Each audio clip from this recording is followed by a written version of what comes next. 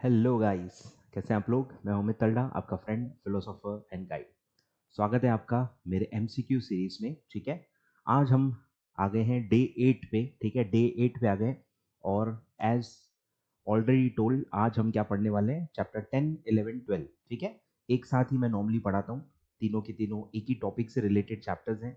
Accounting standard, Ind AS and IFRS. ठीक है, सब कनेक्टेड है, एक साथ ही पढ़ना चाहिए। ठीक है, अब ये ऐसा टॉपिक है सर जिसमें मेरे एक्सप्लेन करने लायक बहुत ही कम है।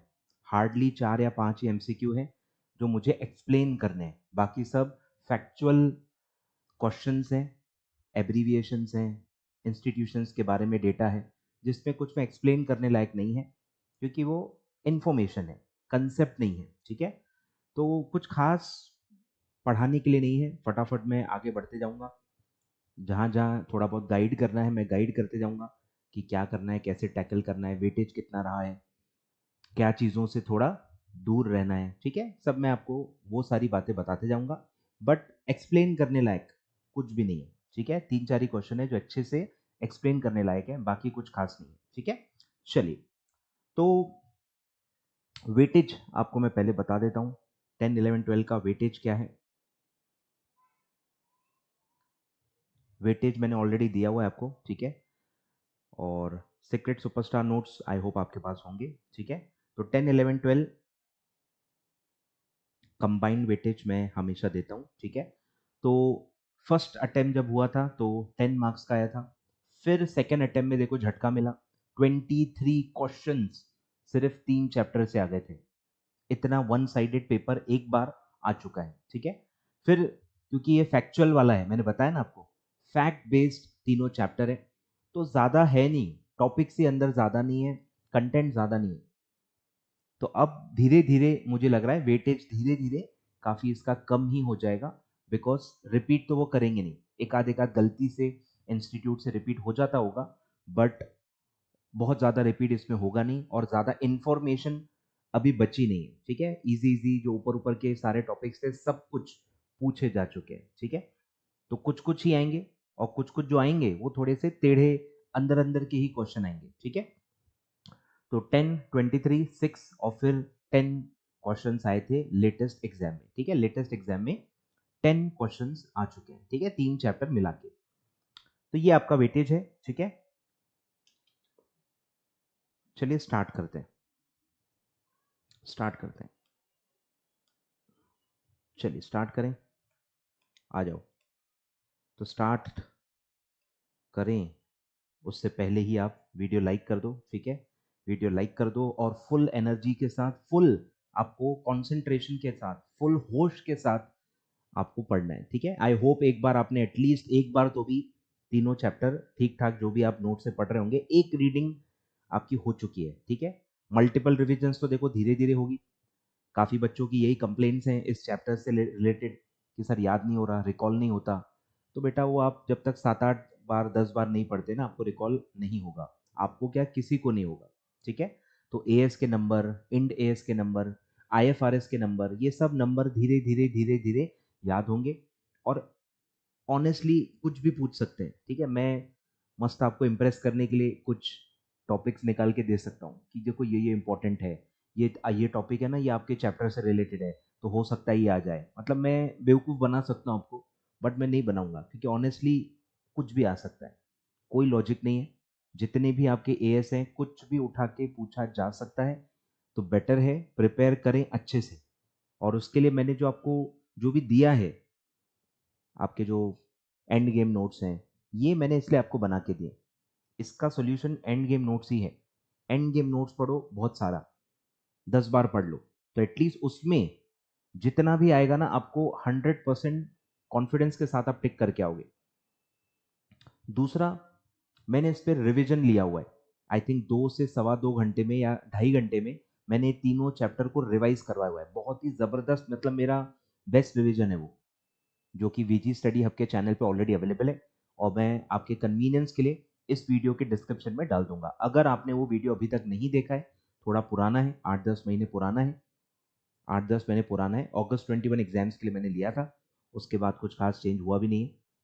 तो जिन्होंने अभी तक वो नहीं देखा है, यार देखा भी होगा ना, स्टिल वो रेलिवेंट है, और स्टिल मतलब मैंने बेस्ट पॉसिबल कवरेज उसमें पढ़ाया हुआ है। 2 से ढाई घंटे में अगर आपको अच्छे से पढ़ना है तो आप वो रिविजन सेशन जरूर देखें। ठीक है, चलिए स्टार्ट करते हैं, आ जाओ। Question number 1, accounting standard board was constituted by ICAI in the year. बोलो, आईसीएआई अपने आप में एक बॉडी है और उसके अंदर उन्होंने बोर्ड्स बनाए हुए हैं। तो अकाउंटिंग स्टैंडर्ड बनाने के लिए एक स्पेशल बोर्ड बनाया है, एएसबी, अकाउंटिंग स्टैंडर्ड बोर्ड। तो ये कब बना था, कौन से ईयर में बना था, वो आपसे पूछा गया है। तो ये 1977 में बना था। कब बना था? 1977 में। ठीक है, आगे बढ़ते हैं। Which of the following section of Companies Act is required that auditor has to report, बरोबर, auditor has to report whether in his opinion कर दो, whether in his opinion the financial statements comply with accounting standard referred to in section 133 of Companies Act, बरोबर। तो ये आप पढ़ते हो duties of auditor में। ड्यूटीज ऑफ ऑडिटर आता है सेक्शन 143 सबसेक्शन 3। फिर उसमें बहुत सारे क्लॉजेज हैं कि क्या क्या ड्यूटीज हैं ऑडिटर के, और उसमें ई क्लॉज आता है जो स्पेसिफिकली कहता है अबाउट अकाउंटिंग स्टैंडर्ड। ठीक है, तो 143 सबसेक्शन 3 क्लॉज ई, ये है वो क्लॉज जो ऑडिटर पे ड्यूटी डालता है कि उसको वो अलग से बताना है कि कंपनी ने एएस फॉलो किए हैं या नहीं किए हैं। ठीक है, आगे बढ़ते हैं। अब एक अमेंडमेंट आया था, अच्छे से समझ लो। ठीक है, हल्का सा अमेंडमेंट, कुछ खास अमेंडमेंट नहीं है, लेक्चर बायस भी अच्छे से सुन ले। ठीक है, which of the following is not included in the condition satisfied by SMC, small and medium company, with reference to applicability of the accounting standard। तो अब आपने SMC का कंसेप्ट पढ़ा है, स्मॉल एंड मीडियम कंपनी की corporate entities पे जो applicability होती है, उसमें small companies, small and medium companies और नॉर्मल अदर कंपनीज है। तो एसएमसी एक कैटेगरी बनाई गई है और उनको कुछ एग्जम्पशंस दिए गए। ठीक है, तो एसएमसी में आपने पढ़ा होगा कि वो लिस्टेड या propose to be listed company नहीं होनी चाहिए इन इंडिया और आउटसाइड इंडिया। फिर वो बैंक, पब्लिक फाइनेंशियल इंस्टीट्यूशन या इंश्योरेंस कंपनी नहीं होनी चाहिए। फिर उसका जो बोरोइंग है उसकी लिमिट में अमेंडमेंट आया है। ठीक है, तो आपने लिमिट्स क्या पढ़ी थी, आपने क्या लिमिट्स पढ़ी थी? आपने आई थिंक 10-50 पढ़ी थी। 10 बोरिंग, 10 करोड़ बोरिंग और 50 करोड़ टर्नओवर, बराबर, ये आपने पढ़ी होंगी। 10 और 50 एक बार दिखा देता हूं, ज्यादा अच्छे से समझ में आ जाएगा।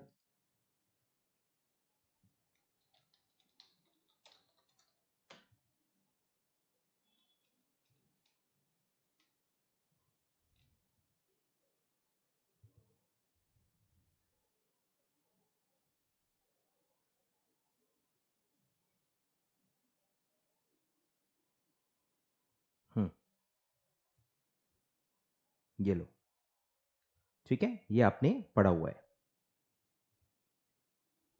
ध्यान दो, ये आपने पढ़ा होगा। ठीक है, नॉट लिस्टेड इन इंडिया और आउटसाइड इंडिया, और not in the process of in listing, not a bank, public financial institution और इंश्योरेंस कंपनी। फिर टर्नओवर, अब यहाँ पे आपने 50 करोड़ पढ़ा था, अब वो लिमिट बढ़ा के 250 करोड़ हो गई है, और ये जून 22 में लिमिट एप्लीकेबल है। ठीक है, तो नोट कर ले, लेक्चर बायस भी ध्यान दें, नोट कर ले। ठीक है, तो 250 करोड़ जिसमें अदर इनकम एक्सक्लूडेड रहेगा। ठीक है, आपको सिर्फ आपका जो मेन बिजनेस है, जो आपकी ऑपरेटिंग एक्टिविटी है, उसका जो टर्नओवर है वो आपको चेक करना है। ठीक है, तो डज नॉट एक्सीड 250 करोड़, अगर 250 करोड़ से ज्यादा नहीं है, अप टू 250 करोड़ है, तो आप स्मॉल एंड मीडियम कंपनी में आ जाओगे। ठीक है, एंड आपका जो बोरोइंग्स है इंक्लूडिंग पब्लिक डिपॉजिट्स, वो आपका यहाँ पे आपने पहले पढ़ा था 10 करोड़। ठीक है, यहाँ 10 था वो बढ़ के 50 करोड़ हो गया, और यहाँ आपने 50 पढ़ा था वो बढ़ के 250 करोड़ हो गया है। ठीक है, ये दो अमेंडमेंट्स हैं। ठीक है, एसएमसी के डेफिनेशन में। तो बस इसी पे क्वेश्चन है, लिख लो, नोट कर लो, नोट कर लो। चलिए बोलो, तो लिमिट पे क्वेश्चन है भाई, तो क्या आएगा बोलो? Which of the following is not included in the conditions? पहला है company is not a holding and subsidiary, ये है, लास्ट क्लॉज है। Not a bank, public financial insurance company, ये भी है। Turnover does not exceed 10 crore, ठीक है। अब ये 10 लिखा है, एक्चुअली यहां क्या था, 50 था, ध्यान दो, पहले 50 था, मतलब 10 के जगह अब आपको क्या आएगा, आगे चल के 50 आएगा, ठीक है। 10 के जगह अब आपको क्या आएगा, 50, पर 50 भी नहीं है, टर्नओवर की लिमिट कितनी है, 250 करोड़, ठीक है। और इसीलिए ये आपका आंसर है कि ये लिमिट नहीं है, this is not included in the clause, क्योंकि टर्नओवर की लिमिट कितनी है, 250 करोड़, ठीक है। और फिर पहला पहला एक क्लॉज था, equity and debt securities are not listed in India और outside India and not in the process of listing. तो ए, बी और डी ये तीनों क्लॉज हैं एसएमसी के। कौन सा क्लॉज नहीं है, टर्नओवर वाला, क्योंकि इन्होंने जो लिमिट दी है वो सही नहीं है, ठीक है। 250 करोड़ का आपका एक्चुअल लिमिट आएगा। आ रहा है समझ में? तो इस टाइप से देखो क्वेश्चन आ सकता है, अगर आपको लिमिट्स याद है, अगर आपको सारे क्लॉजेस याद है, तो आपको किसी भी तरह पूछ ले, क्या फर्क पड़ता है।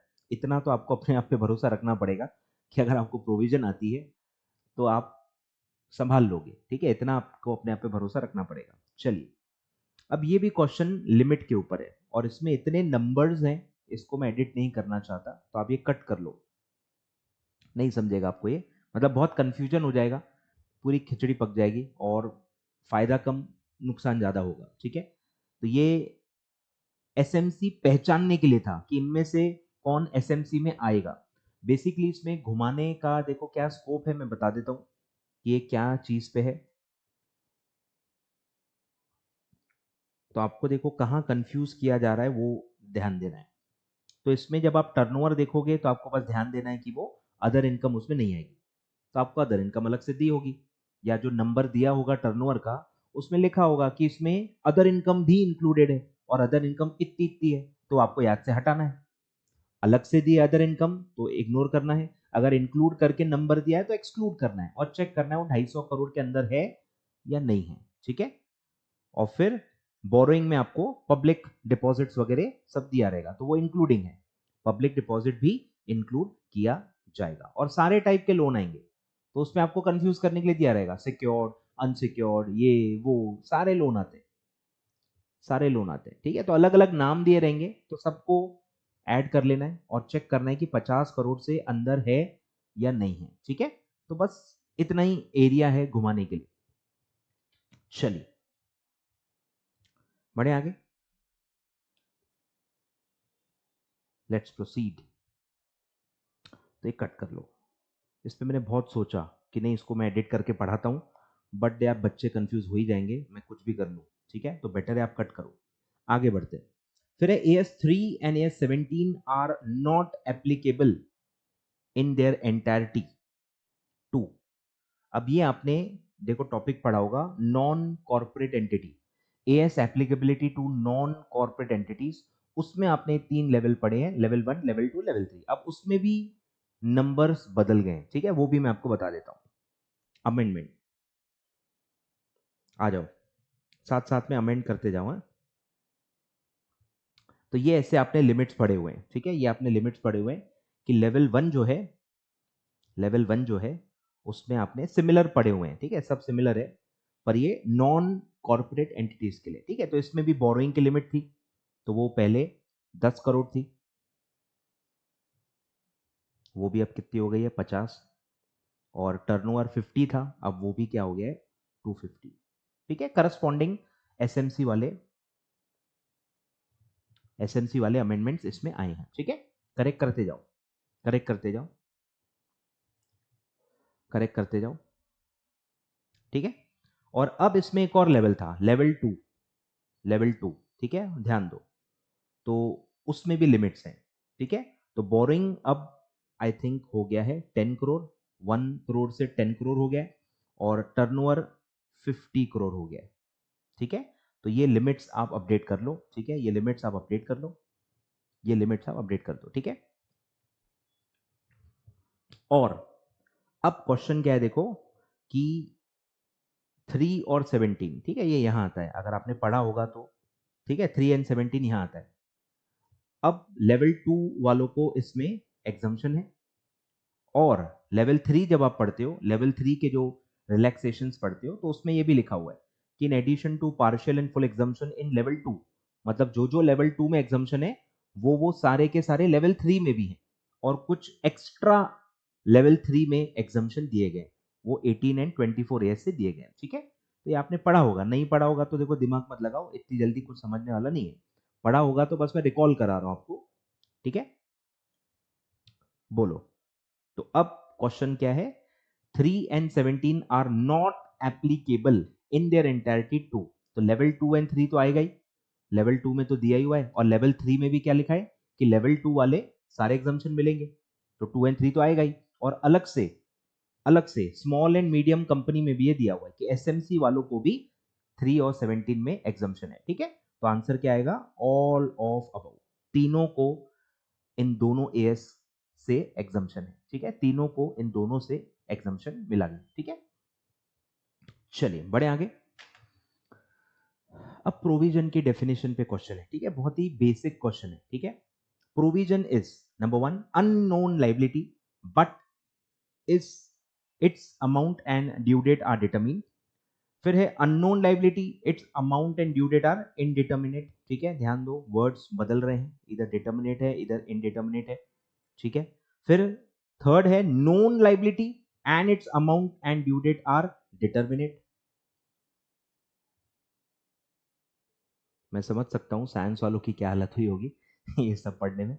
ठीक है, तो ऐसा ही है, बेसिक क्वेश्चन है, known liability but its amount and due dates are indeterminate. ठीक है, तो बेसिकली दो पैरामीटर्स में घुमाया जा रहा है, एक है नोन लाइबिलिटी, एक है अननोन लाइबिलिटी, फिर एक है कि amount and due date is determinate, और एक है amount and due date is indeterminate.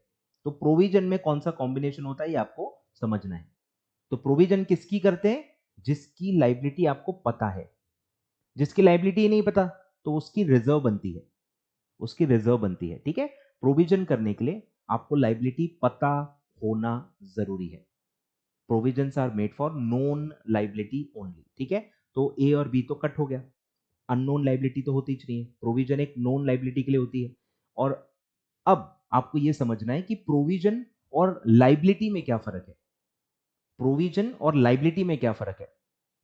Provision में लाइबिलिटी पता होती है कि काय का पैसा देना है या काय का पैसा देना पड़ सकता है, लेकिन हमको अमाउंट और टाइम पता नहीं होता कि ये कब हमारे ऊपर आएगा, तो इसलिए हम उसकी प्रोविजन करते हैं, हम एस्टिमेट करते हैं। प्रोविजन एक एस्टिमेट होती है।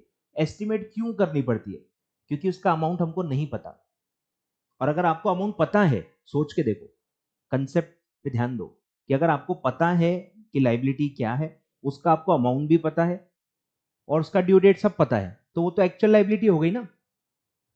समझ में आ रहा है, एक्चुअल लाइबिलिटी और प्रोविजन में यही फर्क है कि उसका अमाउंट और ड्यू डेट आपको पता नहीं होता प्रोविजन का, और इसीलिए आप एस्टिमेट करके उसको प्रॉफिट सेट असाइड करते हो उसके लिए। आए कुछ समझ में। तो ये जो डिटर्मिनेट है, नोन लाइबिलिटी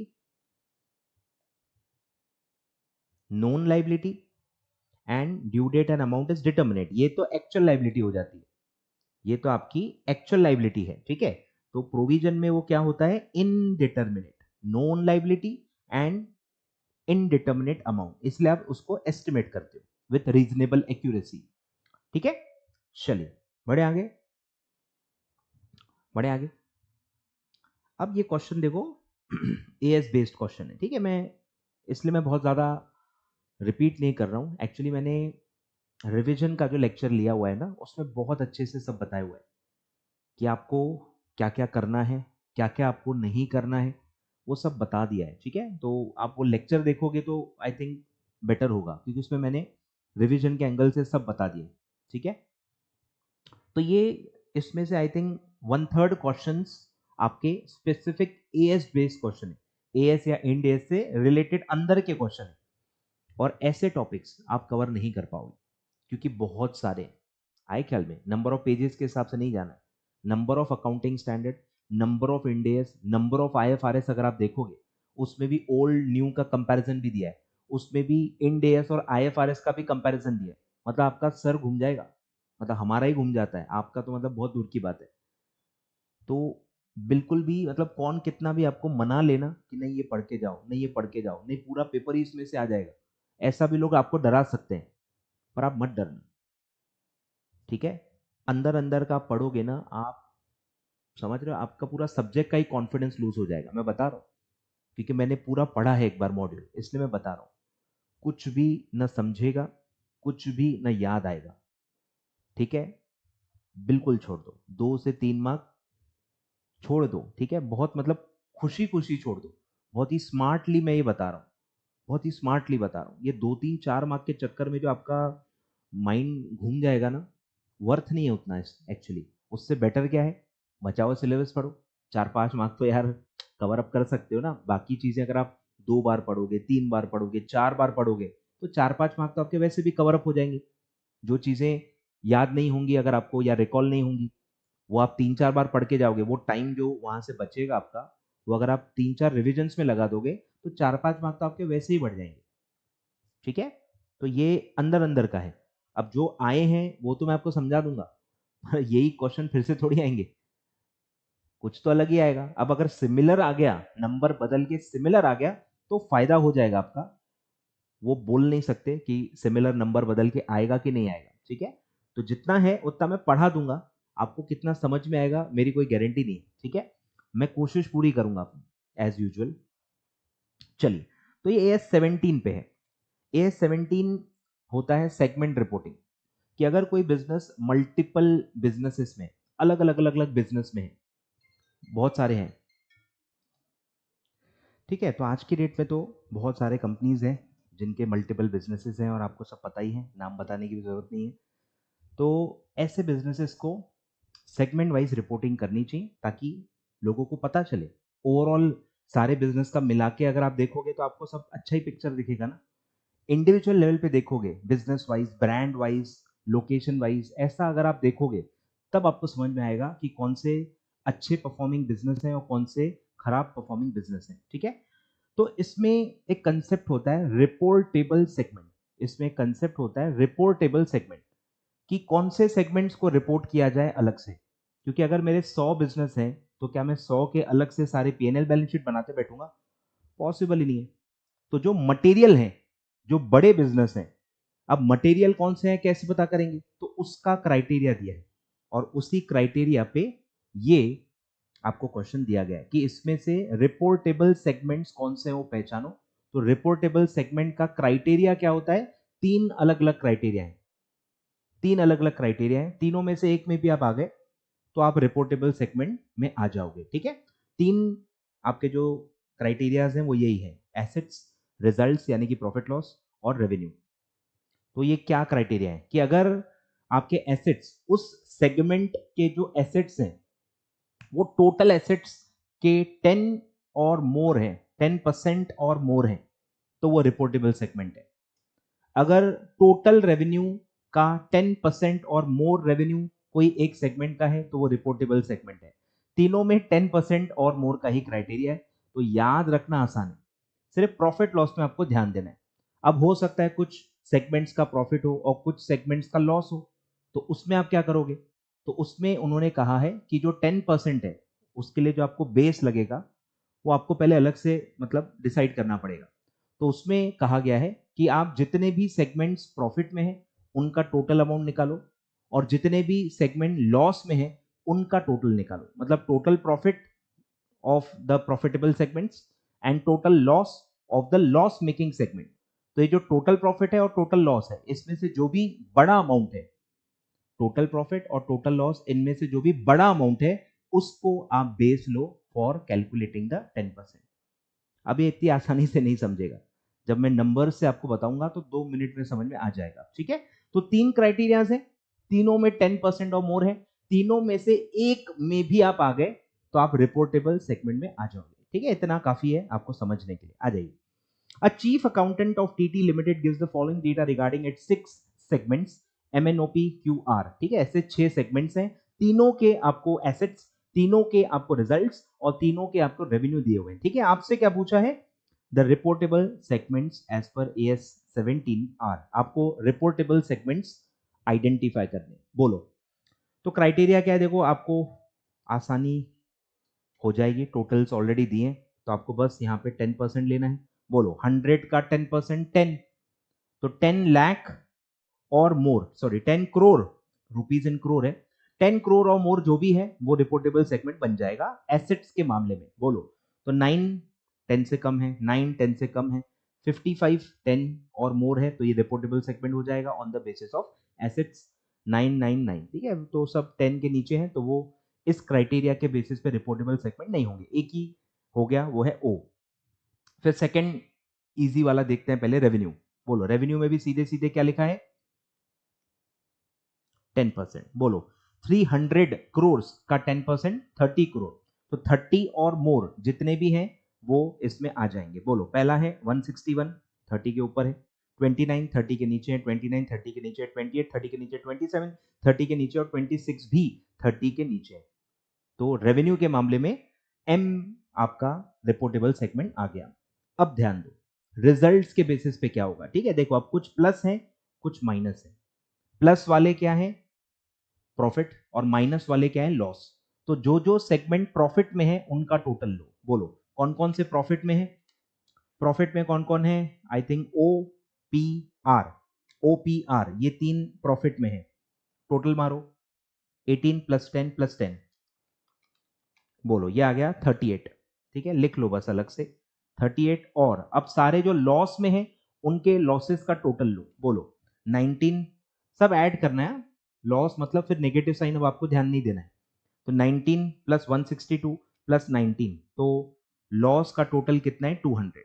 तो ये वो क्लॉज है, प्रॉफिट प्रॉफिट प्रॉफिट जिनके हैं वो टोटल मार लो, लॉस लॉस लॉस जिनके उनकी टोटल मारो। टोटल प्रॉफिट या total loss whichever is higher, तो हायर क्या है इसमें, लॉस। तो लॉस मतलब ध्यान नहीं देना है आपको, अमाउंट ध्यान देना है कि 200 आपका बेस होगा। अब 200 का 10% आपको लेना है, मतलब 20। अब ये जो 20 है ये आपको सब पे लगाना है, ये जो 20 है ये आपको सब पे लगाना है, ठीक है। बोलो माइनस साइन इग्नोर करना है, ठीक है, माइनस साइन इग्नोर करना है, ठीक है। बोलो 20 के ऊपर कौन कौन है, 19 कम है, ठीक है, ये ज्यादा है, ठीक है। माइनस साइन इग्नोर करनी है, मैं पहले ही बता रहा हूं, यही कमेंट सेक्शन में डाउट्स में मत पूछना, ठीक है। तो बस आपको नंबर देखना है, वो नंबर उससे बड़ा है कि नहीं, प्रॉफिट है कि लॉस है, वो नहीं देखना है, ठीक है। 18 20 से कम है, 10 भी 20 से कम है, 19 भी 20 से कम है, 10 भी 20 से कम है, ठीक है। तो एक ही सेगमेंट इस क्राइटेरिया में आता है, दैट इज एन, ठीक है। तो बोलो क्या क्या कौन कौन सा सेगमेंट आ गया, एम एन ओ, ठीक है। बाकी एक भी क्राइटेरिया में नहीं आया, तो आपका आंसर क्या आएगा, B, M N O, M N O, ठीक है। तो थोड़ा लेंदी है, थोड़ा कॉम्प्लिकेटेड है, ठीक है, बट ऐसा ही है, कुछ नहीं कर सकते, ठीक है। बढ़े आगे, नंबर्स लिख लो, हाँ जो भी है। प्रॉफिट्स के टोटल 38 था, लॉस का टोटल 20 था, तो विच एवर इज हायर, तो 200 हायर था, तो 10% ऑफ 200 लेंगे तो हमारा क्राइटेरिया आएगा 20। तो जो भी 20 और अबव है तो वो रिपोर्टेबल सेगमेंट में आ जाएगा, ठीक है। बढ़े आगे, लेट्स प्रोसीड। बोलो अभी मैंने पढ़ाते पढ़ाते आपको बता दिया था, AS18 and 24 are not applicable in their entirety to, बोलो अब बीच मैंने बताया था लेवल 1 लेवल 2 लेवल 3, लेवल 3 में मैंने आपको बताया था कि जो जो लेवल 2 में एग्जाम्पशन है वो तो लेवल 3 वालों को भी मिलेंगे, पर एडिशनली लेवल 3 वालों को दो एएस के एग्जाम्पशन हैं और वो यही थे 18 एंड 24, ठीक है। तो सिर्फ और सिर्फ लेवल 3 वालों को इसका एग्जाम्पशन मिल रहा है, ठीक है, सिर्फ लेवल 3 वालों को इसका एग्जाम्पशन मिल रहा है, ठीक है। एसएमसी वालों को इनका एग्जाम्पशन नहीं है, लेवल 2 में भी ये नहीं है, ये सिर्फ और सिर्फ 18 एंड 24 कहां रेफर हुआ था, लेवल 3 में आया था, ठीक है। चलिए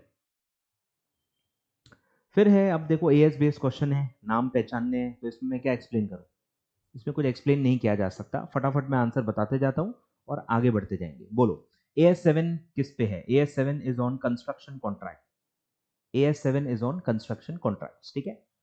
फिर है dash are the set of accounting standards notified by MCA which are converged, which are converged with IFRS. बोलो कौन से एएस हैं जो कॉन्वर्ज्ड हैं विद आईएफआरएस, इंड एएस, ठीक है।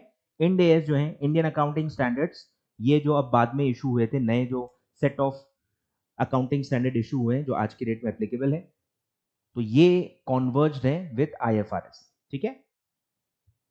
आगे बढ़ते हैं। अब ये देखो ये टाइप के जो क्वेश्चन है ना, ये मुझे लगता है कि रिपीट हो सकते हैं। AS2 इन्वेंट्री पे 2-3 क्वेश्चंस आए हैं, तो ये आपको करके जाना चाहिए क्योंकि मैथमेटिक्स है, ठीक ठाक आपको समझ में आ जाएगा। इसका जो क्राइटेरिया है वो बहुत ईजी है, ठीक है। तो वो ये आप डेफिनेटली तीनों क्वेश्चंस जो मैं बताऊंगा प्रैक्टिकल, ये आपको करके जाने हैं, ठीक है। तीनों एक साथ देख लेते हैं, पहले प्रैक्टिकल प्रैक्टिकल जल्दी देख लेते हैं क्योंकि यही मुझे पढ़ाने हैं, बाकी सब तो अभी अपन टिक मारते जाएंगे। चलिए आ जाओ, AS2 पे है ये, या इंड AS2, ठीक है। AS में भी 2 ही है, इंड AS में भी 2 ही है इन्वेंट्री। चलो क्या है पहले पढ़ लेते हैं, फिर AS का क्या प्रोविजन अप्लाई करना है वो मैं आपको बताता हूँ। एक्स लिमिटेड हैज 5000 AC, ठीक है। आप AC डीलर हो, AC का आपका इन्वेंट्री है और उसका वैल्यूएशन कैसे आप करोगे उस पर क्वेश्चन है, ठीक है। 5000 नंबर ऑफ AC आपके पास है in stock on 31 March 2019। The cost of each AC amounts to 10,000। एक एक AC का खर्चा यानी कॉस्ट है 10,000 पर AC। There is a firm commitment of sale of 1000 AC by company in April 2019। मतलब अगले महीने आप 31 मार्च पे हो और अगले महीने आपका फर्म कमिटमेंट है, फर्म मतलब पक्का पक्का कमिटमेंट है कि आप 1000 AC बेचने वाले हो। और कितने में बेचने वाले हो दिया है 15,000 में। 15,000 में आपका फर्म कमिटमेंट है कि 15,000 रुपए में पर AC। ऐसे कितने AC का फर्म कमिटमेंट है 1000 AC आप 15,000 ईच में बेचने वाले हो, पक्का है, ठीक है। अब ये क्या है 15,000 सेल वैल्यू, ये सेल वैल्यू है, ठीक है। तो सेल वैल्यू आपको पक्का 1000 AC की 15,000 रुपए पर AC मिलने वाली। और फिर दिया है however the general price of this AC at year end यानी 31 मार्च अमाउंट्स टू 9,500। मतलब जिन पे फर्म कमिटमेंट नहीं है, जो AC का कोई अभी तक सेल का कॉन्ट्रैक्ट हुआ नहीं है, उनका नॉर्मल सेलिंग प्राइस 31 मार्च को कितना है सिर्फ 9,500। मतलब आपके कॉस्ट से भी कम में। आपकी कॉस्ट कितनी है 10,000 और इनका सेल वैल्यू कितना है एस्टिमेटेड 9,500, ठीक है। तो पूछा है calculate the value of closing stock on as per AS2, ठीक है। तो AS2 का क्राइटेरिया क्या है, कॉस्ट और NRV which ever is less, बस इतना ही है। कॉस्ट और NRV which ever is less, कि आपको इन्वेंट्री को कितने पे वैल्यू करना चाहिए, उसकी कॉस्ट या उसका जो नेट रियलाइजेबल वैल्यू है। अब ये NRV क्या होता है, selling price minus selling cost. Selling price minus selling cost, कि जितने में आप बेचोगे माइनस बेचने के लिए जो खर्चा होता है, टिपिकली कमीशन जो होता है, और भी बहुत सारे खर्चे हो सकते हैं। तो बेचने के लिए जो खर्चा है, जो हाथों हाथ ही आपको देना ही होता है और पैसे कट के ही आपको मिलते हैं, तो जो नेट सेल वैल्यू आपको मिलती है वो होता है NRV which ever is less. तो नॉर्मल केस में क्या होता है, आपकी सेलिंग प्राइस ज्यादा ही होती है, प्रॉफिटेबल बिजनेस अगर आपका है तो आपकी सेल प्राइस ज्यादा ही होती है, तो नॉर्मली लेस क्या आएगा, कॉस्ट ही आता है। मतलब इन्वेंट्री को नॉर्मली कॉस्ट पे ही वैल्यू किया जाता है क्योंकि उनकी सेलिंग प्राइस हमेशा ज्यादा ही होती है। पर अगर आपकी इन्वेंट्री खराब है, पुरानी है, आउटडेटेड है, कुछ भी अगर उसमें प्रॉब्लम है, तो उसकी सेलिंग प्राइस काफी बार क्या होता है कॉस्ट से भी कम हो जाती है। तो इन दैट केस क्या होगा, इन दैट केस लेस क्या आएगा, सेल वैल्यू लेस आती है। तो वो आपको फिर सेल वैल्यू पे उसको वैल्यू करना पड़ेगा जो कि कॉस्ट से भी कम है, उसमें आपको लॉस है। तो ये क्राइटेरिया से क्या हो जाता है कि अगर आपकी इन्वेंट्री में लॉस है तो वो लॉस बुक हो जाता है इनडायरेक्टली, ठीक है। ज्यादा डिटेल में नहीं जाऊंगा, अलग ही दुनिया में पहुंच जाएंगे, ठीक है। चलिए, तो बेसिकली इसमें अलग क्या है, इसमें अलग क्या है कि पूरी इन्वेंट्री आप एक साथ वैल्यू नहीं कर सकते क्योंकि दोनों का डेटा अलग अलग है। 1000 इन्वेंट्री पे सेल प्राइस अलग है, बचे हुए जो 4000 AC हैं उनका सेलिंग प्राइस अलग है। तो आपको दोनों को अलग अलग वैल्यू करना पड़ेगा। वैल्यूएशन इंडिविजुअल बेसिस पे होता है, टोटालिटी या ओवरऑल या एग्रीगेट बेसिस पे नहीं होता, ठीक है। तो हम क्या करेंगे, बेसिकली स्प्लिट करेंगे। 1000 AC का अलग क्राइटेरिया लगाएंगे और बचे हुए जो 4000 AC हैं, सर ये कहां से लाया आपने, सर दिया हुआ है ना, 5000 AC हैं, 1000 का अलग वैल्यू दिया है, तो बचे हुए AC 4000 होंगे, ठीक है। तो 1000 का बोलो क्या क्राइटेरिया होगा, 1000 AC में क्या है, कॉस्ट है 10,000, NRV है आपका 15,000, विच एवर इज लेस। तो लेस क्या है 10,000, तो आप 1000 AC को 10,000 पे वैल्यू करोगे, कितना आएगा 1000 इंटू 10,000 डिवाइडेड बाय 1 लाख कर लो क्योंकि रुपीज इन लैक्स दिया ऊपर। तो डिवाइड बाय 1 लाख करोगे तो आपका आएगा 100 लैक्स का वैल्यूएशन आएगा फॉर 1000 AC। और अब इसमें क्या आएगा, देखो कॉस्ट आएगा 10,000, लेकिन एनआरवी आएगी 9,500 विच एवर इज लेस। अब 9,500 यहां पे आएगा। तो आपको समझ में आ रहा है दोनों में फर्क क्या है? 1,000 जो एसी है वो कॉस्ट पे वैल्यू है, और जो 4,000 एसी है वो एनआरवी पे वैल्यू है, इसीलिए अलग अलग आपको ये करना है। ठीक है, तो अब करो 9,500 इंटू ऐसे कितने एसी हैं, 4,000, तो 9,500 इंटू 4,000 डिवाइडेड बाय 1 लाख, तो 380 लैक्स ये आएगा। अब घाई मत करना, घाई मत करना, तो टोटल वैल्यू निकालनी, तो प्लस करो 100 प्लस 380, 480 लैक्स। ठीक है, तो आपका इन्वेंट्री का वैल्यू आएगा 480 लैक्स। ठीक है, 480 लैक्स आपका वैल्यूएशन आएगा। ठीक है, तो बस ट्रिकी क्या है कि अलग अलग वैल्यू दी है, पार्ट ऑफ स्टॉक के लिए अलग वैल्यू है, पार्ट ऑफ स्टॉक के लिए अलग वैल्यू है, तो बस आपको अलग अलग वैल्यूएशन करना है और दोनों को फिर एड अप करके टोटल वैल्यू ऑफ स्टॉक निकालना है। ठीक है, आ रहा है समझ में? आ रहा है समझ में? ठीक है, चलिए बढ़े आगे, बढ़े आगे। तो रूल इतना ही है, रूल इतना ही है, रूल इतना ही है, cost NRV which ever is less. अब इसके और एक दो प्रैक्टिकल आए हुए हैं, एक बार अभी के अभी देख लेते हैं, तो आपको बहुत अच्छे से समझ में आ जाएगा। ठीक है, चलिए आगे बढ़ते हैं, ढूंढते हैं कहाँ है।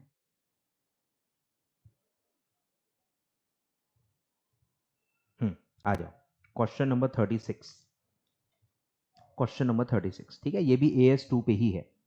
Ravi limited purchase goods at a cost of 40 lakhs in October 19 till March 20, 75% of stock were sold. ठीक है, 75% बिक चुका है, तो स्टॉक में कितना होगा, बचा हुआ 25%। ठीक है, the company wants to disclose the closing stock at 10 lakh. ठीक है, वो 10 लाख पे वैल्यूएशन करना चाहते हैं। The expected sale value, expected sale value is 11 lakh. जो स्टॉक आपका बचा है उसकी एक्सपेक्टेड सेल वैल्यू 11 लाख है, लेकिन ये बेचने के लिए भी कुछ खर्चा करना पड़ेगा, वो दिया हुआ है। And commission at 10% on sale, इसी सेल वैल्यू का 10% आपका खर्चा हो जाएगा कमीशन में, is payable to the agent. What is the correct closing stock to be disclosed on 31st March 2020 as per AS2? बोलो। तो 40 का ही एक्चुअली आप 25% लोगे, जितना स्टॉक बचा हुआ है वो 10 लाख ही आता है। मतलब कंपनी एट कॉस्ट वैल्यू करना चाहती है, पर आपको उसकी सेल वैल्यू दी है कि वो 11 लाख में बिक सकता है, पर 11 लाख में बेचने के लिए 10% कमीशन लगेगी। बेसिकली आपको एनआरवी कैलकुलेट करना है और वही रूल लगाना है जो अपन ने पढ़ा है। बोलो, कॉस्ट और NRV which ever is less. Cost कितना है, 10 लाख, और एनआरवी निकालो, सेल वैल्यू माइनस कमीशन, जो कि कितना आएगा, 9.9 lakhs which ever is less. बोलो, तो 10 लाख और 9.9 विच एवर इज लेस, तो वैल्यूएशन कितने पे होना चाहिए, 9.9 लैक्स पे। है एकदम सिंपल है, मतलब आपको अगर क्राइटेरिया पता है तो आप इसको सॉल्व कर सकते हो। ठीक है, और एनआरवी का फॉर्मूला क्या है, expected sale value minus selling expense, जो कि इस केस में क्या है, कमीशन। क्लियर है? चलिए बढ़े आगे, एक और क्वेश्चन आया हुआ है, देख लेते हैं। ये आ जाओ। अब ये बहुत ही अलग क्वेश्चन है, मतलब ये AS2 का ही है, बट पता नहीं 11th-12th का कोई तो क्वेश्चन इन्होंने निकाला हुआ है। ठीक है, ध्यान दो, बहुत ही बेसिक है। अगर आप कॉमर्स फील्ड के हो तो आपको अपनी 11th-12th के दिनों की याद जरूर आएगी। ठीक है, इतना मतलब वो बेसिक क्वेश्चन इन्होंने पूछ लिया है। Following is the comparative information of PQ limited for 2 consecutive years, 31st March 20 and 31st March 21। तीन आपको चीजें दी हैं, इन्वेंट्री, अकाउंट पेबल जिसको आप प्यार से क्या कहते हो, क्रेडिटर, तो क्रेडिटर आपको दिए हुए हैं, और एक और आइटम है कॉस्ट ऑफ गुड सोल्ड। ठीक है, ये पूरा एक नाम है, अलग अलग लाइन में है पर एक ही नाम है, कॉस्ट ऑफ गुड सोल्ड, और वो आपको दिया हुआ है करंट ईयर, ये करंट ईयर है आपका, तो करंट ईयर का कॉस्ट ऑफ गुड सोल्ड है 1 करोड़, और आपको 2 साल के ओपनिंग क्लोजिंग दिए हुए हैं। ठीक है, आपसे पूछा क्या है, based on the above information the net cash paid to supplier of inventory during the year 31st March 2021 is. बोलो, करंट ईयर में आपने सप्लायर को कितना पेमेंट किया होगा वो पूछा है। अब ये थोड़ा कैश फ्लो से भी रिलेटेड है, ये सब आप कैश फ्लो में पढ़ते हो, याद है? तो बेसिकली करना क्या है, क्रेडिटर के अकाउंट से निकलेगा, आपको इतना तो पता होना चाहिए कि क्रेडिटर के अकाउंट में क्या क्या आता है, ओपनिंग क्रेडिटर, क्लोजिंग क्रेडिटर, फिर उसमें क्रेडिट परचेसेस आते हैं और कितना कैश पे हुआ है ये आता है। तो बस आपको अगर ये क्लिक हो गया कि ये जो पूछा है ये कहां से आएगा, सप्लायर के अकाउंट से आएगा।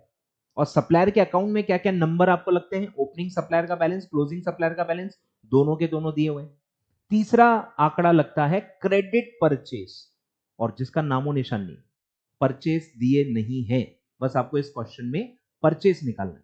क्रेडिट परचेस अगर मैंने निकाल लिया तो क्रेडिटर का अकाउंट बना के मैं बैलेंसिंग फिगर निकाल सकता हूं। अब आपको पता होना चाहिए कि परचेस कैसे निकलता है, तो ये रेशियो एनालिसिस का भी थोड़ा सा रिलेटेड है, ठीक है, तो ध्यान दो। तो बेसिकली सीओजीएस का फॉर्मूला आपको यूज करना है। सीओजीएस के फॉर्मूले में परचेस आता है, आपको पता होना चाहिए। तो फॉर्मूला क्या है, opening plus purchases minus closing stock. Opening stock यानी opening inventory plus purchase of inventory minus closing inventory, ये उसका फॉर्मूला है। अब इसमें सीओजीएस आपको दिया हुआ है, हमको क्या निकालना है, परचेस। तो इसी फॉर्मूले को शफल करो। तो purchases is equal to COGS, उन दोनों को इधर भेजो, माइनस ओपनिंग एड क्लोजिंग, ठीक है, ये दोनों को हमने इधर भेजा तो साइन बदल जाएगी। बोलो, सीओजीएस है 1 crore minus opening, opening inventory है 10 लाख और एड क्लोजिंग इन्वेंट्री है 6 लाख। बोलो, तो ये मेरे ख्याल से आएगा 1 6 - 10, तो ये आएगा 96 लैक्स, ठीक है, 96 लैक्स आपका परचेसेस आएगा। और हम अज्यूम करेंगे कि ये पूरे परचेस क्रेडिट पे है, ठीक है, बहुत ही नॉर्मल अजम्पशन है, all purchase are on credit.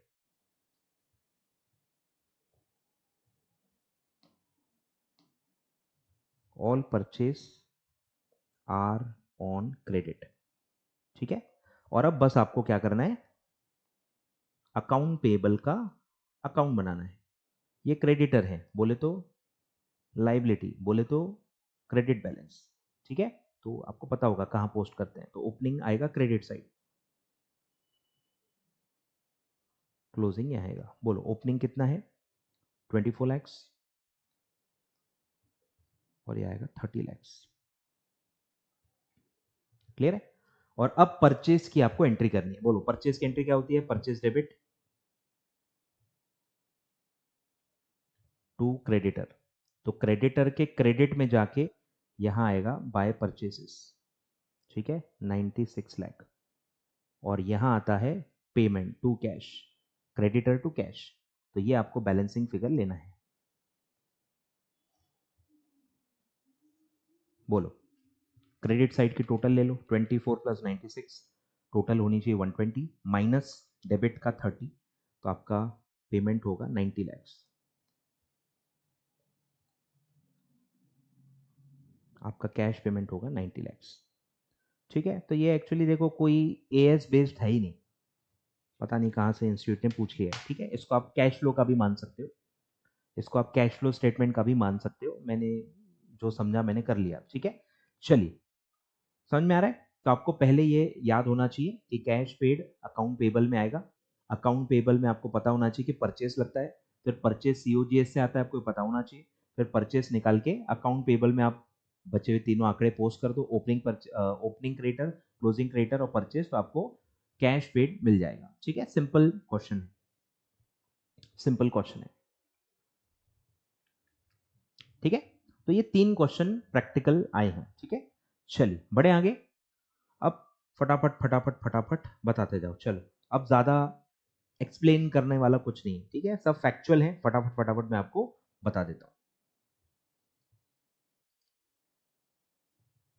चलिए, आ जाओ भाई, आ जाओ आ जाओ आ जाओ आ जाओ आ जाओ। Question number 12 question number 12 Which of the following institute formally was established as a registered company under Companies Act? ठीक है, पढ़ा होगा तो याद आएगा। 3 इंस्टीट्यूट है अपने, आईसीएआई, आईसीएसआई और आईसीडब्ल्यूएआई या आईसीएमएआई, या अभी जो आईसीएआई ही बोलते हैं उसको, institute of cost accountants of India. तो कौन सा पहले रजिस्टर्ड कंपनी में एस्टैब्लिश हुआ था, तो आपने पढ़ा होगा तो पता होगा, आईसीडब्ल्यूएआई, ठीक है, now known as institute of cost accountants of India, ठीक है। फिर है ICAI जो है, institute of chartered accountants of India, ये कितनी लार्जेस्ट बॉडी है? Second largest body, second largest body in the world for accountants. फिर है the association of international CPA, certified professional accountant, international certified professional accountants, launched by, तो ये किसने launch किया? तो ये दो बॉडीज ने मिला के लॉन्च किया था, वो है AICPA and CIMA, AICPA and CIMA, ठीक है। और ये क्वेश्चन आई थिंक रिपीट भी हुआ है, ठीक है, एक आध दो क्वेश्चन रिपीट भी हुए हैं, 4 ही अटेम्प्ट हुए हैं, उसमें भी रिपीट होना चालू हो गया है। तो मैं वही कह रहा हूं, ये जो कर रहे हो इतने सारे, इसमें से भी एक आध दो आ भी सकते हैं, ठीक है। तो ये एक बार रिपीट हुआ है, मैं बता देता हूं आपको।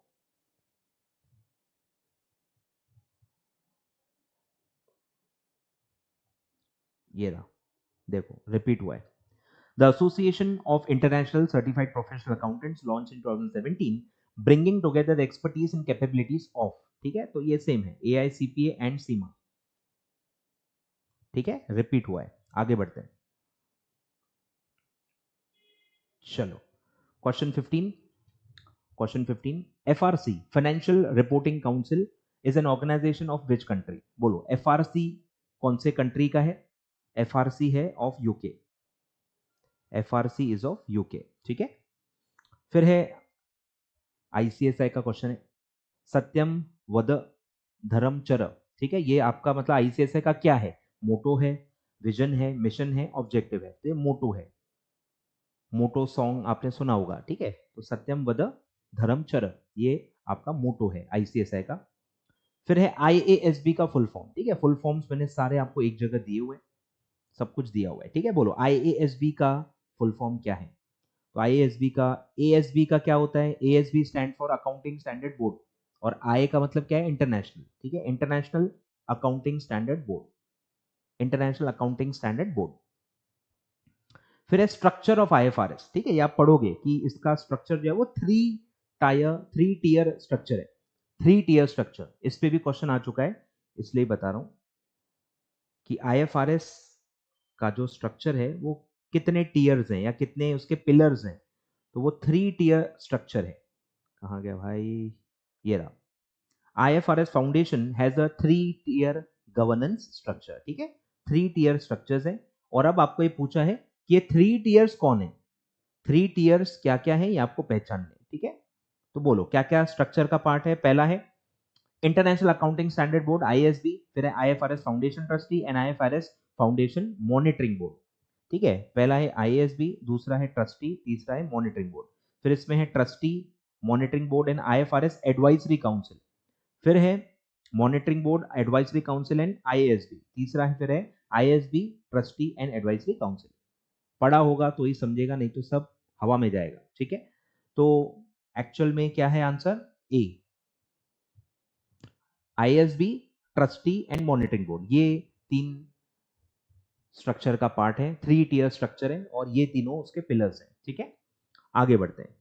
फिर एक और होता है एडवाइजरी काउंसिल, ठीक है, ये स्ट्रक्चर का पार्ट नहीं है, अलग है। तो एक एडवाइजरी काउंसिल बनाई गई है जो एडवाइस करेगी। एडवाइजरी काउंसिल क्या करेगी? एडवाइस करेगी। सवाल उठता है किसको, किसके लिए बनाई गई? 3 टीयर्स में जो 3 टीयर्स हैं, इसमें से किसको किसको वो एडवाइस करेगी? तो वो IASB और ट्रस्टी को एडवाइस करेगी, ठीक है। तो वो है, तो ISB, ट्रस्टी तीनों ऑप्शंस में है, पर ऑप्शन क्या आएगा? A एंड B बोथ, यानी IASB और ट्रस्टी दोनों को एडवाइस करने के लिए बनी है, ठीक है। मॉनिटरिंग बोर्ड कोई एडवाइस नहीं करती। फिर है बचपन, गैप, गैप का फुल फॉर्म पूछा है, जनरली एक्सेप्टेड अकाउंटिंग प्रिंसिपल, ठीक है, प्रिंसिपल पे ध्यान देना है, principle, generally accepted accounting principle. फिर है PIC, public interest committee, established by IPS ASB, IPS ASB consist of individuals from, ये भी बहुत अंदर अंदर के क्वेश्चंस हैं, तो इसमें ऑल ऑफ अबव आता है कि सारे के सारे ऑर्गेनाइजेशंस के मेंबर्स इंक्लूडेड होते हैं। IMF, फिर है international organisation of supreme audit institutions, organisation of economic cooperation and development and world bank group. ये सब मैंने रिवीजन में कवर किया हुआ है, तो आप देखो, इसलिए कह रहा हूँ रिवीजन सीरीज देखो, अगर आपने नहीं देखी है, और देखी भी होगी तो बहुत पहले देखी होगी, सब भूल भी गए होंगे आप, एक और बार देखना बनता है। 2 या सवा 2 घंटे में ही मैंने पूरा निपटा दिया है, तो बहुत डिटेल में मॉड्यूल से रिवाइज करा है, मैं बताना ही भूल गया, मॉड्यूल से रिवाइज करा है सर, इसलिए कह रहा हूं इंपॉर्टेंट है, अच्छे से देख लो। काम काम का सब कुछ जितना आपको पढ़ना चाहिए वो बता दिया है, क्योंकि आप बार बार मुझसे वही पूछोगे सर कितना पढ़े क्या नहीं पढ़े, तो भैया बस रिवीजन सीरीज मेरी कवर कर लो, उतना मेरे हिसाब से काफी है, उतना ही कर पाओगे। आगे फिर institute of chartered accountants Australia and New Zealand amalgamated to become, बोलो CAANZ, chartered accountants Australia and New Zealand, CAANZ। फिर XRB, ये भी रिपीट हुआ है, XRB बिलोंग्स टू, अब XRB आता है आपका न्यूजीलैंड। अब दो देखो इस टाइप के क्वेश्चन आए, एक था FRC, FRC क्या था, यूके, कंफ्यूजन हो सकता है, FRC क्या है, यूके, और XRB क्या है, ये है न्यूजीलैंड, ठीक है। आगे बढ़ते हैं, फिर है EPS का IAS कौन सा है, वो आपको पूछा है, कोई चांस नहीं है आपको याद होने का, ठीक है, 33, IAS 33। फिर है एप्लीकेबिलिटी ऑफ, उस पे पूछा है, इंड एस के जो स्टेजेस वाइज आपने पढ़ा होगा, mandatory applicability of Ind AS to all banks. अब ये क्वेश्चन मेरे हिसाब से हल्का सा गलत है, हल्का सा, क्योंकि 1/4/2018 जो है उस पे क्या क्या चालू हुआ था, ऑल बैंक्स तो था, इंश्योरेंस कंपनी भी थी, लेकिन टर्म लेंडिंग इंस्टीट्यूशंस थे, टर्म टर्म लेंडिंग इंस्टीट्यूशंस, ठीक है, एनबीएफसी नहीं है। एनबीएफसी आपने पढ़ा होगा, दो अलग अलग डेट्स हैं उसकी, एक है 2018 और एक है 2019। 500 करोड़ के ऊपर जो नेटवर्थ वाले एनबीएफसी हैं वो 2018 से लागू हो गए, और उसके नीचे वाले लिस्टेड अनलिस्टेड वो सब आपने पढ़ा होगा। तो एनबीएफसी मेरे हिसाब से यहाँ पे नहीं आना चाहिए, यहाँ पे एक्चुअली वर्ड क्या आना चाहिए, all India term lending institutions, module के हिसाब से, ठीक है, पर यहाँ इन्होंने गलती से एनबीएफसी दिया हुआ है, ठीक है, बट ऑप्शन क्लियर है 1/4/2018, ठीक है। आगे बढ़ते हैं, फिर है कंसोलिडेशन का क्या इंड एस है, कंसोलिडेटेड फाइनेंशियल स्टेटमेंट का क्या इंड एस है, ये आपसे पूछा गया है, तो वो है आपका 110, ठीक है, वही कह रहा हूं, कुछ कुछ देखो जो आपने पढ़े हुए हैं, जो आपको याद हो गए, इत्तेफाक से वो आ गए, तो अच्छी बात है, पर कोई मतलब चांस किसी को नहीं पता कि जितना आप पढ़ के जा रहे हो, जितना आपको याद हो रहा है उसी में से आएगा, कुछ बोल नहीं सकते, या तो मतलब पूरा पढ़ के जाओ या तो पूरा छोड़ के जाओ, ऐसा है, ठीक है, पर इतने सारे हैं कि पूरे भी नहीं हो पाते, तो एक एक एक एक एक एक करके आप जितना आपसे होता है उतना बेस्ट एफर्ट बेसिस पे आप करके जाओ, थोड़ा किस्मत का लक फैक्टर है कि जितना पढ़ा होगा जितना याद होगा, इजी इजी आ गया, जैसे इन्वेंट्री का है, इन्वेंट्री का आ गया, कैश फ्लो स्टेटमेंट का आ गया, बराबर, इजी इजी भी कभी कभी हो सकता है आ जाए, तो आपका मार्क्स मिल जाएंगे आपको। फिर अंडर इंड एस 1, अब ये अंदर के क्वेश्चन है, यही वाले बोल रहा हूं कि जो आप पढ़ नहीं पाओगे, पढ़ोगे समझेगा नहीं, समझ भी गए गलती से याद नहीं आएगा, क्योंकि ये टॉपिक्स आपके मतलब चैप्टर्स में ही नहीं है ना, आपके पूरे सिलेबस में अलग ही टॉपिक्स हैं, तो आप रिटेन नहीं कर पाओगे, ठीक है। तो under Ind AS 1 presentation of any item of income and expense as extra ordinary item is, तो ये अलग ही ट्रीटमेंट है कि नए जो इंड एस हैं इसमें अलग से एक्स्ट्रा ऑर्डिनरी आइटम्स आप नहीं दिखा सकते, पहले जो पुराने एएस थे उसमें अलाउड था, पर इंड एएस में प्रोहिबिट किया हुआ है, ठीक है, प्रोहिबिटेड है कि आप एक्स्ट्रा ऑर्डिनरी आइटम अलग से नहीं दिखा सकते, किसी भी इनकम एक्सपेंस को एक्स्ट्रा ऑर्डिनरी आइटम अलग से प्रेजेंट नहीं कर सकते।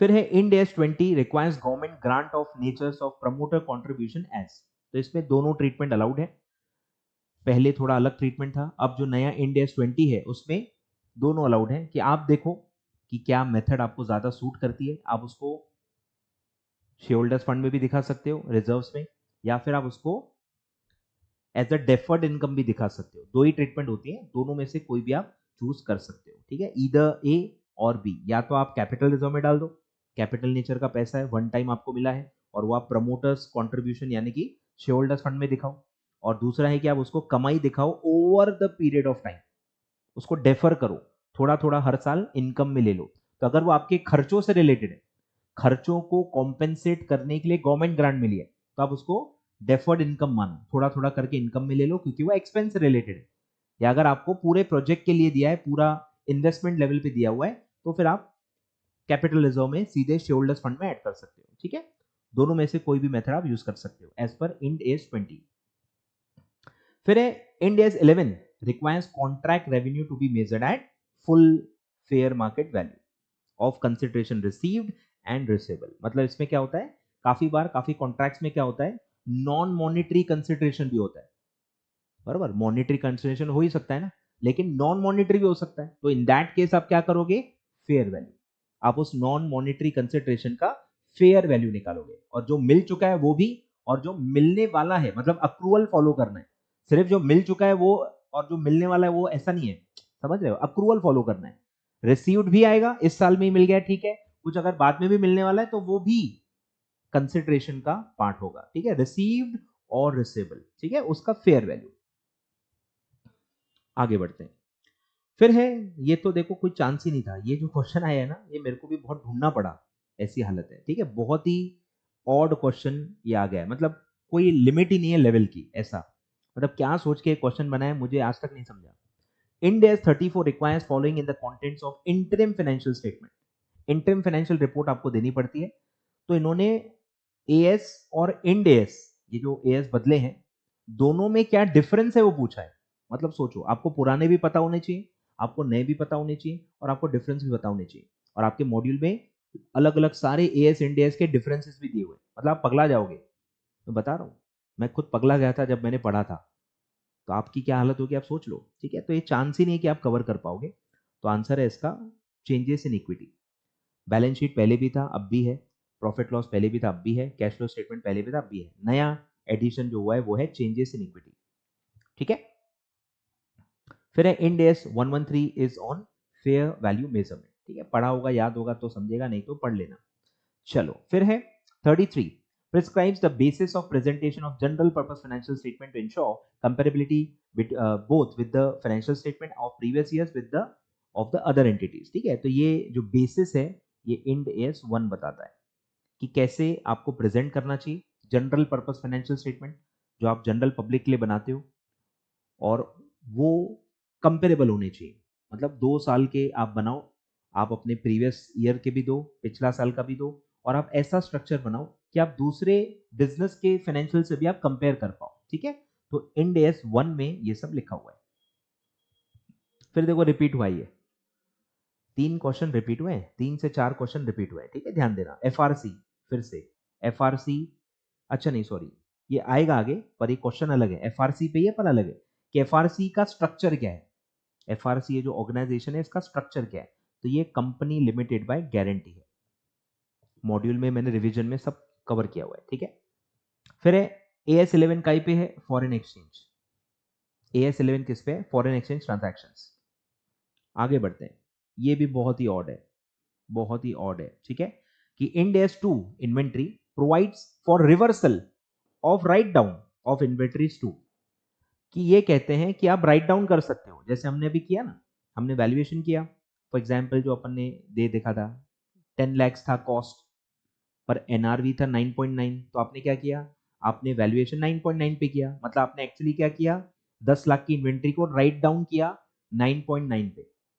फिर अगर कुछ दिनों बाद मार्केट वैल्यू फिर से बढ़ गई, तो अब भी मार्केट वैल्यू कम है तो आपने कम पे वैल्यू कर लिया, चलो ठीक है, कंजर्वेटिज्म।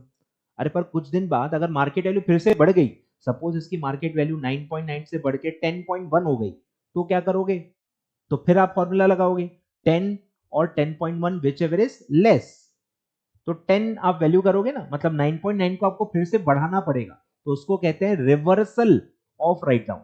पर आप कितना रिवर्स कर सकते हो, जितना राइट डाउन किया था, मतलब कल मार्केट वैल्यू बढ़ते बढ़ते जाएगी तो क्या आप बढ़ाते जाओगे क्या, नहीं, आप उतना ही रिवर्सल कर सकते हो जितना आपने पहले राइट डाउन किया था, ठीक है। तो आंसर आता है डी, कि कितना रिवर्सल कर सकते हो इन्वेंट्रीज टू एनआरवी, लेकिन limited to the amount of original write down. तो ये मैं वही कह रहा हूं, कोई चांस ही नहीं है कि आपको समझेगा, बहुत ही हाईली टेक्निकल है। चलिए सर आगे बढ़ते हैं। फिर ये भी थोड़ा सा इजी क्वेश्चन है कि अगर आप इन्फ्लेशन में हो, मतलब राइजिंग प्राइसेस है, तो फीफो मेथड से क्या होगा। फीफो मेथड वही AS2 पे बेस्ड है। तो फीफो मेथड क्या होता है, first in first out. First in first out, कि जो इन्वेंट्री पहले आई है वो हम पहले कंज्यूम करेंगे फिनिश गुड्स बनाने के लिए, और जो लास्ट लास्ट में हमने खरीदा वो हमारे इन्वेंट्री में गोडाउन में पड़ा रहेगा। तो अगर इन्फ्लेशन है, इन्फ्लेशन में क्या होता है, धीरे धीरे धीरे धीरे प्राइसेस बढ़ते जाते हैं। मतलब स्टार्टिंग का जो गुड्स था वो सस्ता था और जो एंड एंड में आया था वो सबसे महंगा होगा। तो स्टार्टिंग वाला जो है वो तो आप कंज्यूम कर रहे हो, वो आपके कॉस्ट में जा रहा है, खर्चा आपका कम बुक होगा। ठीक है, इफेक्ट समझो।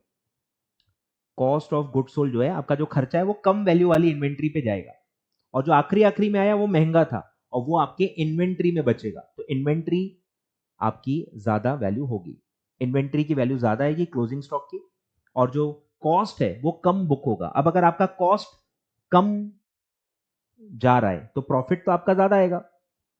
समझ में आ रहा है? कॉस्ट कम बुक हो रही है तो मतलब प्रॉफिट आपका ज्यादा आएगा। तो फीफो मेथड में इन्फ्लेशन में क्या इफेक्ट होता है, आपकी इन्वेंट्री की वैल्यू थोड़ी सी ज्यादा आती है और आपका प्रॉफिट भी बुक्स में ज्यादा आता है। ठीक है, ये उसका इफेक्ट होता है। तो बी ऑप्शन है, provides highest value of closing stock and profit. ये ओल्ड सिलेबस में था एक्चुअली, न्यू में पूरा ही हटा दिया है उन्होंने। ठीक है, फिर ये जो मैंने आपको बताया, dash is a business segment और जोग्राफिकल सेगमेंट। ठीक है, AS 17 पे बिजनेस और geographical segment identified on the basis of foregoing definitions for which segment information is required to be disclose. तो उसको आप क्या कहते हो, रिपोर्टेबल सेगमेंट। जिसको आपको अलग से प्रेजेंट करना होता है उसको क्या बोलते हैं, रिपोर्टेबल सेगमेंट। जो या तो एक बिजनेस सेगमेंट होगी या तो एक जोग्राफिकल सेगमेंट होगी। मतलब या तो एक बिजनेस है या तो एक लोकेशन भी हो सकती है, जैसे फैक्ट्री, फैक्ट्री को भी आप अलग से एक सेगमेंट मान सकते हो। ठीक है, बिजनेस सेगमेंट और जोग्राफिकल सेगमेंट, ऐसे दो टाइप के रिपोर्टेबल सेगमेंट्स होते हैं। ठीक है, आगे बढ़ते हैं। मैच द पेयर्स बहुत ही सिंपल है। बोले डेप्रीसिएशन, AS 6 है डेप्रीसिएशन यानी 3, फिर है 9 इज ऑन रेवेन्यू रिकॉग्निशन यानी 2, 12 है ऑन गवर्नमेंट ग्रांट यानी कि 4, और 15 है ऑन एम्प्लॉय बेनिफिट्स। 14 तो अमालगमेशन होता है। ठीक है, तो 15 है एम्प्लॉय बेनिफिट्स। ठीक है, तो 15 होना चाहिए। तो 3241, 3241, 3241, 3241, तो डी ऑप्शन आपका आएगा। ठीक है, तो AS 14 वो एरर है, AS 15 होना चाहिए वहां पे। बढ़े आगे, आ जाओ आगे।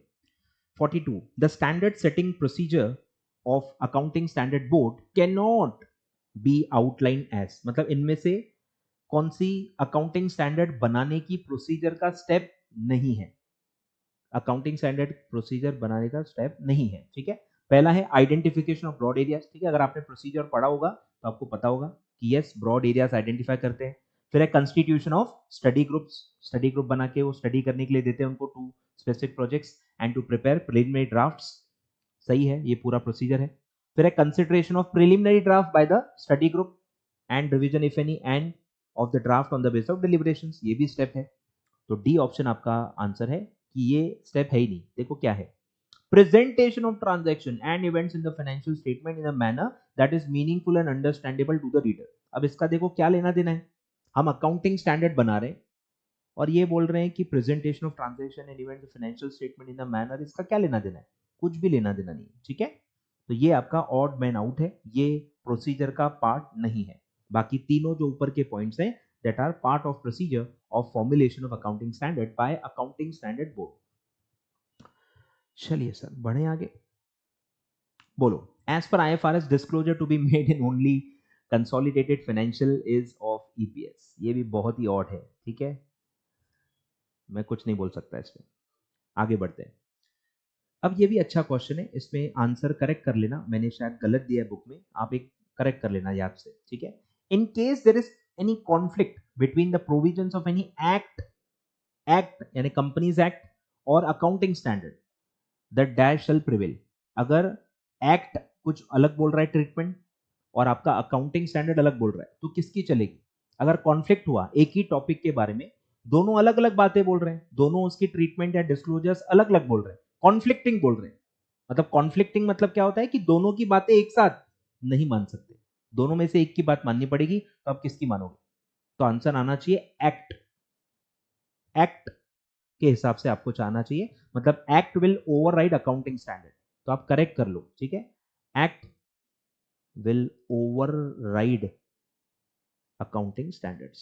ठीक है, आंसर करेक्ट कर लो, बी ऑप्शन आना चाहिए। फिर है ट्रस्टी कितने टर्म के लिए अपॉइंट होते हैं, sorry renewable term of 3 years, renewable term of 3 years, renewable term of 3 years। फिर members of IFRS advisory council are appointed by trustee, trustee advisory council के मेंबर्स को अपॉइंट करता है।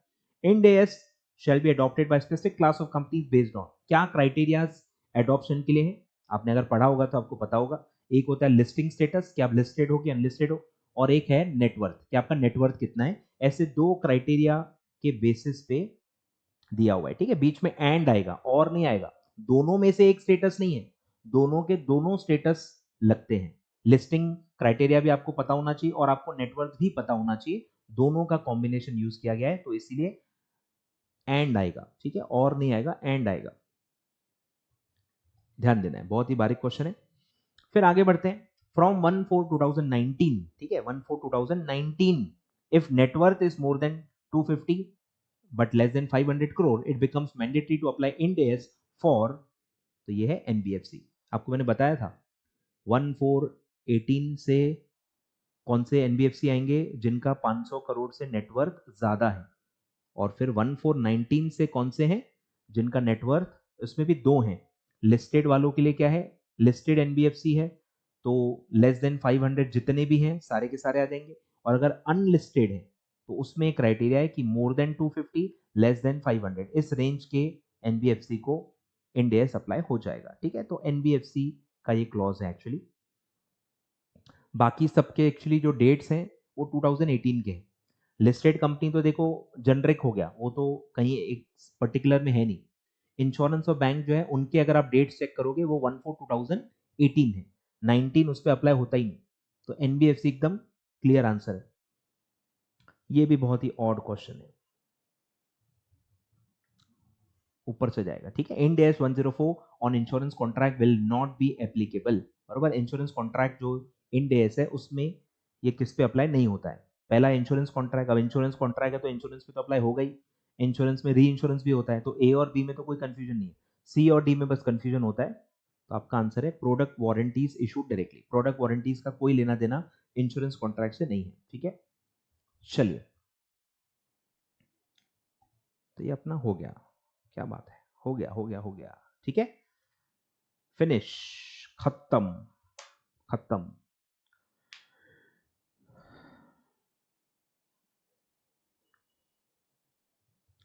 तो बस एक ही बात बोलूंगा भाई, रिवीजन लेक्चर देख लो, ठीक है, एंड गेम नोट्स पढ़ लो और रिवीजन लेक्चर से कवर कर लो, ठीक है। इतना मेरे हिसाब से आप कर सकते हो, इतना ही आपसे हो पाएगा, और कोशिश करो कि एंड गेम नोट्स को 4-5 बार पढ़ लो, ठीक है। चलिए, तो आई होप आपको पसंद आया होगा भाई, वीडियो लाइक ज़रूर कर देना और फ्रेंड्स को शेयर ज़रूर कर देना, ठीक है। चलिए, थैंक यू सो मच।